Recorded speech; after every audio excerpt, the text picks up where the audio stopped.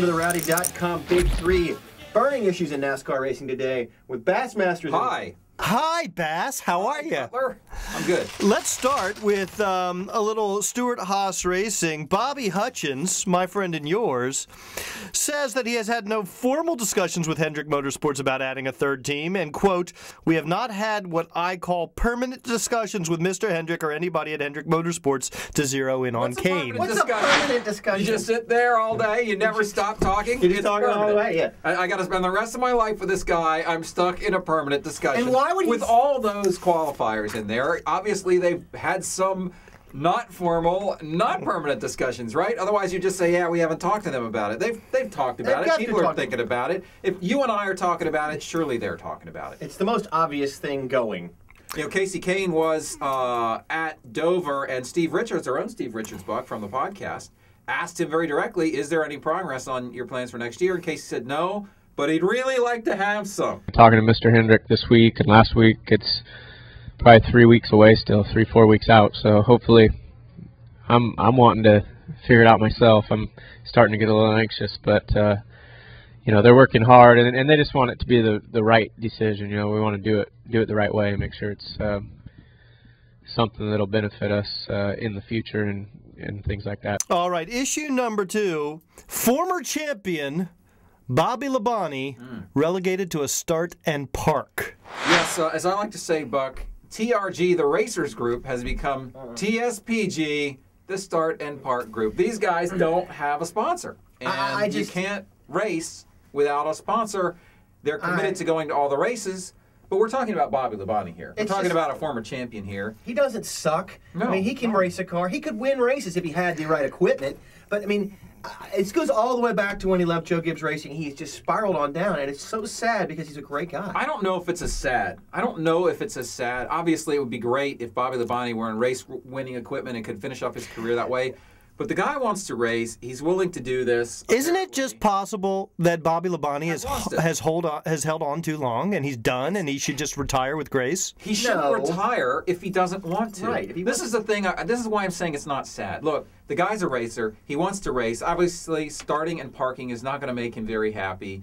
But if he would rather come to the racetrack every weekend, try to make races, run as fast as he can for as long as he can, if that's what he wants to do with his life, as opposed to sit home and read Captain Marvel comics, then I say go for it, man. Shazam! It doesn't tarnish the man's legacy because he wants to keep racing because he's a racer and this is his life. Let him do it. Sure, I think he and I would both prefer to see him in better equipment. I don't disagree with you. I think it's the mighty have fallen, and I do think it's People sad. make too much of these guys that are legends or at least stars, you know, kind of ending their careers in ways that aren't so glorious. But it's the way they want to do it. They want to keep going as long as they can. We need Fatback back, and we need Bobby back. That's what we need. Okay, Fatback is the linchpin of the entire NASCAR Sprint Cup Series. Issue number 3, Kevin Harvick, unlike Queen Guinevere, does not like the lusty month of May. No. He's kind of grumpy about May. Here's what he had to say when asked by Claire B. Lang at Dover this past weekend. Given your standings in the points, you would think that you would be really happy right now. But you seem a tad bit ornery last week after qualifying, and you didn't have the qualifying effort that you wanted, you know.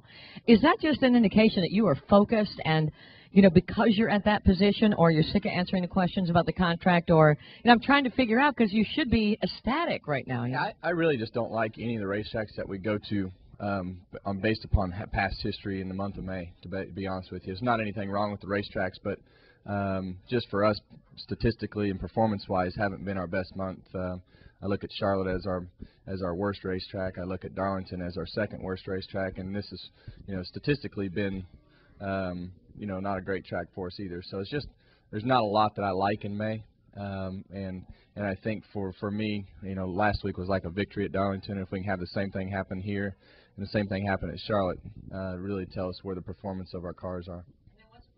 I want to know why he's so happy. Where did he ever get that nickname? Well, you know how the bald guy's called Curly and the big guys are called Tiny?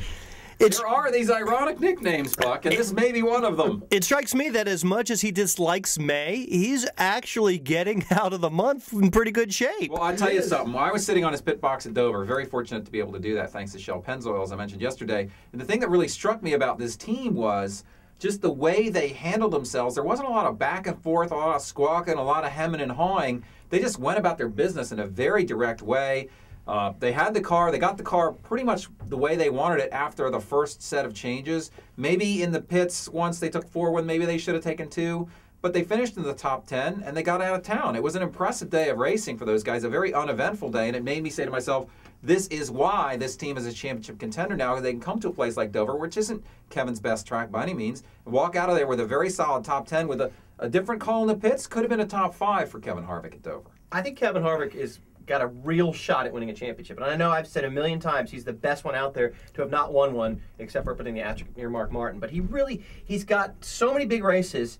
He can put it together. He can win a championship. The thing that is the Achilles, well, I don't know if it's Achilles heel right now for that team, but the thing that became pretty clear to me on Sunday was they feel that their pit stops have to get faster and more solid. That is really probably their weak point right now.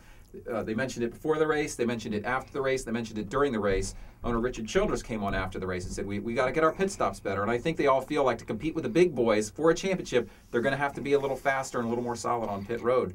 And they might, Buck, have to win a bit more. I was about to say a couple more W's would help. With Jimmy Johnson, you got to be consistent and you got to win in the chase. I mean, this is the way it looks. You've got to get those bonus points to compete the against last Jimmy. 4 years. So, all right, that has been your Rowdy.com Big 3 for today. For Buck Fever and Buzz Cutler, I'm Bass Masters. We will see you next time on the program.